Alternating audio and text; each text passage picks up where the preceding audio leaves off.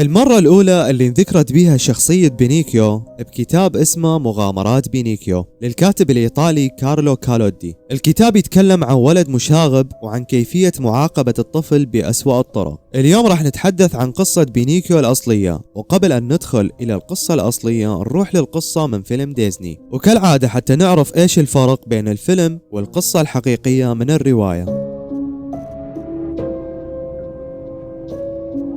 فيلم ديزني يبدأ بنجار اسمه جيبيتو، وهو يصنع دمية من الخشب وسماها بينيكيو. بهاي الليلة النجار يوقف قدام نجمة تلمع بالسماء، ويطلب من النجمة بأنها تحول الدمية الخشبية لطفل حقيقي. بمنتصف الليل تظهر جنية يم الدمية الخشبية بينيكيو، وتعطي الدمية الخشبية روح. الجنية تقول لبينيكيو إذا صرت شجاع وطيب وغير أناني وتعمل الخير راح تتحول إلى طفل حقيقي. النجار بعد ما شاف الدمية اللي صنعها صارت تتحرك طار من الفرح.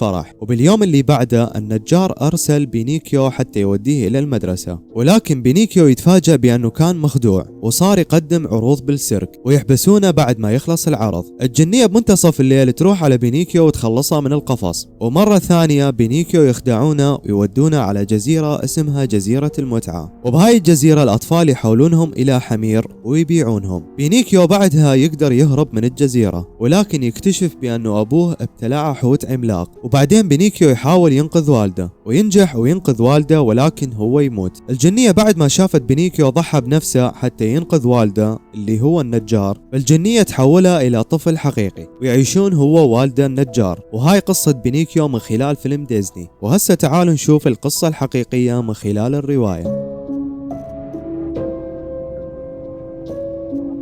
الرواية الحقيقية تبدأ بالنجار اللي اسمه أنطونيو. بيوم من الأيام بالصدفة شاف قطعة من الخشب الصنوبر وأخذ القطعة معاه حتى يصنع منها طاولة. النجار من كان يريد يقطع خشبة من الصنوبر كان يسمع منها صوت غريب. أنطونيو خاف وعطى قطعة الصنوبر لنجار اسمه جيبيتو. جيبيتو بعد ما أخذ القطعة الخشبية صنع منها دمية وسماها بينيكيو. بعدها الدمية صارت تتكلم وتتحرك وصارت تركض بالشارع والناس كلهم شافوها. بعدين الحراس شافوا الطفل يهرب من أبوه، فالحراس اتهموا الأب بأنه يعنف الطفل وبعدها حبسوه. بينيكيو ما كان مهتم بالنجار اللي صنعه وراح يفتر بالشوارع. بعدها شاف صرصر، والصرصر أخبره بأنه طفل سيء ولازم يطلع والده من السجن. بينيكيو ما اهتم لكلام الصرصر وراح ضربه بمطرقة وقتله. بعدها بينيكيو ينام أمام المدفأة وتحترق رجليه. وبعدين أبوه اللي هو النجار طلع من السجن وشافه وأشفق عليه ويصنع له أقدام جديدة ويرجع يمشي. بعدها بينيكيو صار يتهرب من المدرسة، يروح على السيرك ويعمل هناك. صاحب السيرك يحبس بينيكيو بقفص كل ما يخلص العرض. بعدين بينيكيو وهو جالس بالقفص صار يبكي ويشوف صاحب السيرك ويشفق عليه ويعطيه حريته ويعطيه أتعابه. بينيكيو بعدها يفرح لأنه راجع على بيته وراح يشوف أبوه اللي صنعه. ولكن بمنتصف الطريق يطلعوا له قطاع طرق وياخذون أمواله ويشنقوه ويموت بينيكيو. وهاي كانت قصة بينيكيو قبل ما يضيفون الجزء الثاني، لأنه النهاية كانت قاسية على الأطفال، فاضطر الكاتب يعمل جزء ثاني.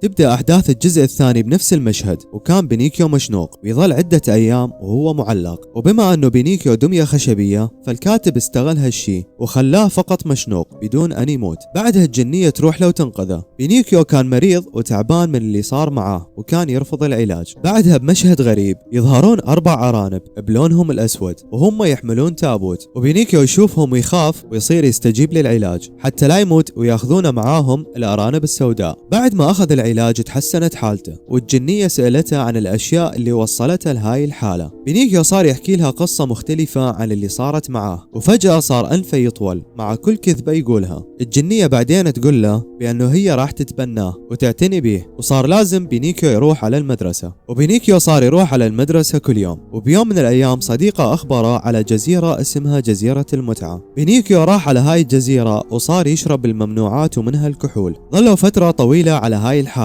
بعدين صاروا يتحولون إلى حمير وبعدين يبيعونهم للسيرك. بعد ما تحول بينيكيو إلى حمار وصار يعمل بالسيرك، وحدة من أقدامه انكسرت فقرروا إنهم يقتلونه ويسمونه الموت الرحيم. بعدين ربطوه ورموه بالبحر. بعدها راحت له الجنية ورجعته لحالته الطبيعية، ولكن ما طلعته من البحر. وبينيكيو يتعرض للهجوم من حوت عملاق والحوت يبلع بينيكيو. بعد ما صار بينيكيو في بطن الحوت شاف أبوه أو الرجل اللي صنعه، وهو النجار جيبيتو في بطن الحوت. والنجار صار لفترة طويلة وهو عايش في بطن الحوت. بعدين واحد يساعد الثاني ويتسلقون بطن الحوت ويخرجون منه. بالفيلم طريقة الخروج من الحوت هي كانت حرقوا خشب والحوت عطس وطلعهم، ولكن بالرواية واحد يساعد الثاني ويطلعون من بطن الحوت. بعد ما رجعوا على بيتهم بينيكيو صار يتصرف بشكل طبيعي، يروح على المدرسة ويعمل حتى يساعد والده. ومن كبر الجنية شافته وهو يعمل بشكل صحيح، حولته إلى شخص حقيقي مثل ما وعدته.